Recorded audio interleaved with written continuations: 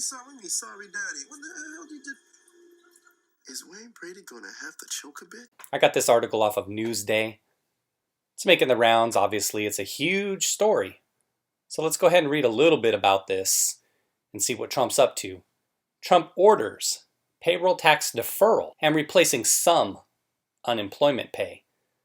The first thing that struck me was where they said some. So I have a feeling that no matter what he does, if there was something he could do, that it wouldn't be enough. If he extended unemployment, the unemployment boost, that $600, if he put it to $1,000 a week, they would say, oh, well, why didn't he do $1,200?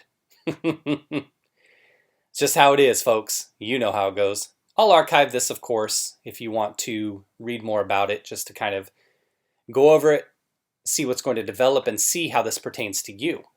President Donald Trump has passed the nation's lawmakers as he claimed the authority to defer payroll taxes and replace an expired unemployment benefit with a lower amount after negotiations with Congress on a new CV rescue package collapsed. Trump's orders on Saturday encroached on Congress's control of federal spending and seemed likely to be met with legal challenges.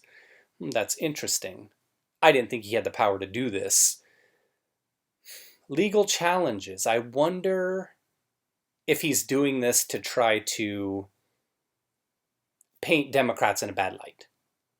Because he pushes this through, or he tries to anyway, even if he doesn't have the power. Democrats, it seems like he's kind of setting them up in a way to fall into something. If they do file legal action and try to dispute this stuff, then he can turn around and say, hey, guess what, everybody? I tried to pass these things to help you out, but Democrats went ahead and filed lawsuits, so sorry, can't do anything for you, right? It seems, the setup seems too obvious on this one. But again, he could just want something to get done, and it would be great if the two sides can't come together, that he could at least work some pieces in. Or this is a way to kind of put his foot up both sides' ass, say, hey, get this shit done, the people need it. Trump moved to continue paying a supplemental federal unemployment benefit for millions of Americans out of work during the outbreak. However, his order called for up to $400 payments each week, 1/3 less than the $600 people had been receiving. How many people would receive the benefit and how long it might take to arrive were open questions.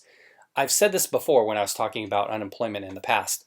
They always talk about it as if it's just this one thing, and that's how they try to deceive people. They don't talk about this as being a boost. So many articles I read, they don't talk about this as being a boost to your state benefits, if you are indeed getting them. They just say, oh, it's $400, that's it. And then they're like, oh, how are people going to survive on $400 a week? That's only $1,600 a month. Some months, $2,000 of course. It's a whole 1/3 less than the $600 people have been receiving. No, people have been receiving $600 plus whatever their state benefit allows. In most cases, I don't know. I'm sure there's some cases where individuals were mainly just getting the $600. Maybe they were only getting $50 or $100 a week from the state based on their employment income. Articles, I don't know why they continue to paint it this way. Is it laziness? Is this too much of a point of emphasis for me? Am I getting too exaggerative with this? I don't know. It just seems like a lot of stuff I read, they just act like this is all people are getting, and it's kind of annoying to read this kind of stuff. How hard is it to add in an extra sentence or two and talk about what people are really getting? Anyway, let's read on. The previous unemployment benefit, which expired on August 1st, was fully funded by Washington, but Trump is now asking states to cover 25%. He is seeking to set aside $44 billion in previously approved disaster aid to help states, but said it would be up to states to determine how much, if any of it, to fund, so the benefits could be smaller. Many states already faced budget shortfalls due to the CV pandemic and would have difficulty assuming the new obligation. Correction, many states faced problems and shortfalls prior to the pandemic. It'd be nice if they would paint the full picture, wouldn't it? Trump hopes the 4 executive orders he signed will signal to Americans that he is acting where Congress will not, to address economic fallout from the pandemic, which has upended nearly all aspects of American life. It's unclear what the economic impact of his actions will be, and his orders do not address several areas that have been part of the congressional negotiations, including funding for schools and state and local governments. And those were two sticking points between the two parties, right?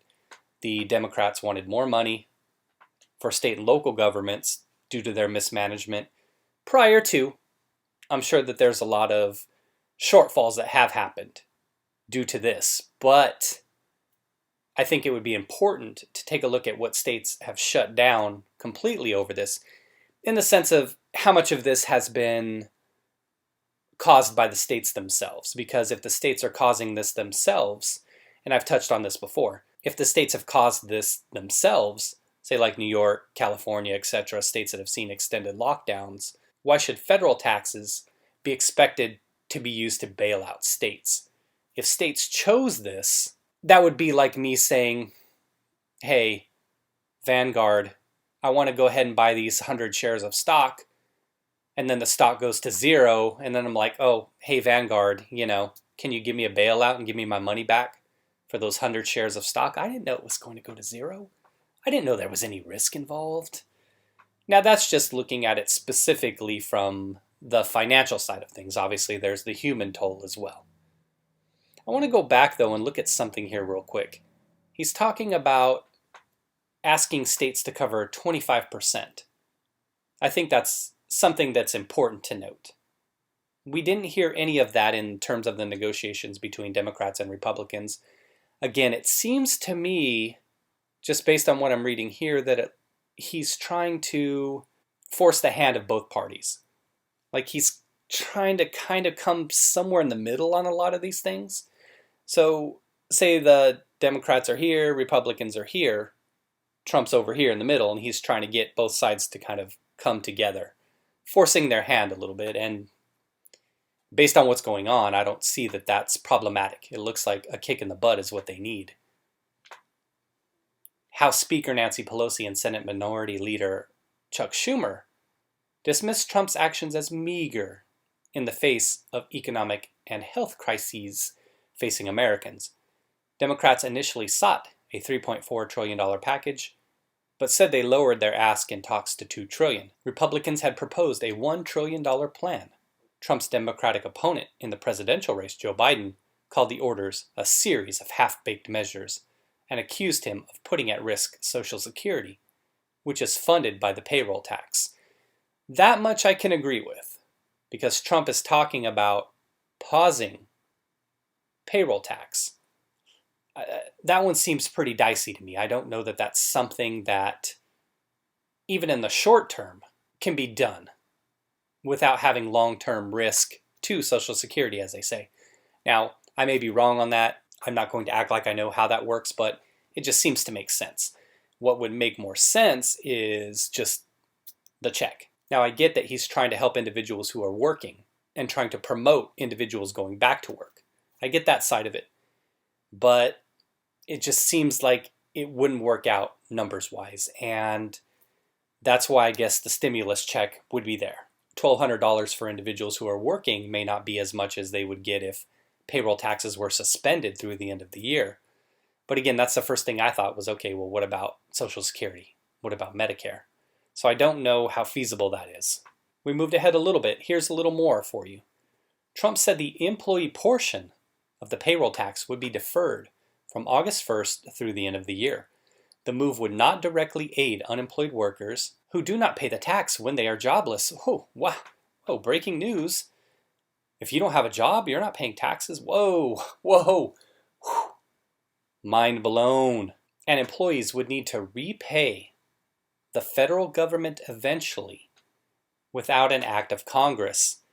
Doesn't that just sound like a recipe for disaster? In essence, the deferral is an interest-free loan that would have to be repaid. No, we don't want a loan. Trump said he'll try to get lawmakers to extend it, and the timing would line up with a post-election lame duck session in which Congress will try to pass government funding bills. If I win, I may extend and terminate, Trump said, repeating a long-time goal, but remaining silent on how he'd fund Medicare and Social Security benefits at the 7% tax on employee income covers. Employees also pay 7.65% of their payroll into the funds. Got it right that time. All right, we're going to skip down to the bottom. They just talk about a bunch of nonsense here. But pause it if you want to read that. And again, like I said, it'll be archived. But here's the last part I wanted to touch on. The breakdown in negotiations over the last several days was particularly distressing for schools trying to reopen. But other priorities were also languishing, including a fresh round of $1,200 direct payments to most people. A cash infusion for the struggling postal service. You heard about them, right? Several billion in losses in the past quarter. Yikes. It is run by the feds, though, so it's not like UPS, for instance, if they lost billions of dollars. And money to help states hold elections in November. Is it really that dire now that states don't have money to hold elections in November? What if they just canceled the election and just let Trump stay in for another 4 years? What if that was the proposal? Whoa, whoa, whoa. Hey, you'd be shocked at how quick Democrats would find the money, right? We're having some fun with you, Democrats. Senate Republicans were split, with roughly half of McConnell's rank and file opposed to another rescue bill. Now they just say rescue bill. Well, what do they mean by a rescue bill? A lot of this may be bullshit. A lot of it may be posturing for re-election in November. A lot of it may be Trump trying to force the Democrats' hand.